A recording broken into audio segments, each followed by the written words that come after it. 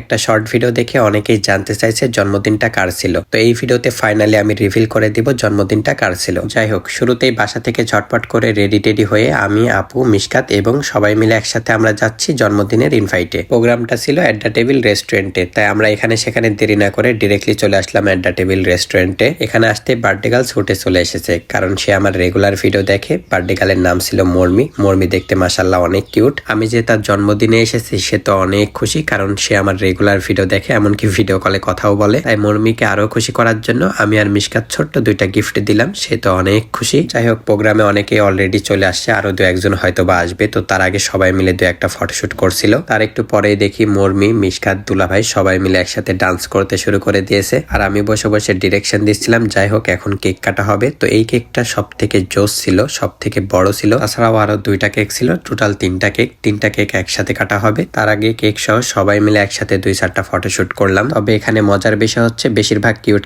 বাচ্চা ছিল, বাচ্চাদের সংখ্যায় অনেক বেশি ছিল। এই বাচ্চারাই কেক কেটে খাওয়া দাওয়া শেষ করলো, আর এখন আমরা রাত্রের ডিনারের জন্য বসে পড়ছি। মর্মির জন্মদিন বলে কথা, খাওয়া দাওয়া তো ভরপুর করতে হবে, তাই হালকার উপর ঝাপসা করে পেট ভরে খাওয়া দাওয়া করলাম। খাওয়া দাওয়া শেষে ভাগ্নির কেয়ারিং করতে হচ্ছে, যদি একটু কেয়ারিং এ কমতি থাকে তাহলে তো সে একদম কান্না করে দিবে। যাই হোক, প্রোগ্রামও শেষ, খাওয়া দাওয়া শেষ, এখন আর এখানে দেরি না করে ঝটপট করে বাসায় চলে যাই। ধন্যবাদ, টাটা।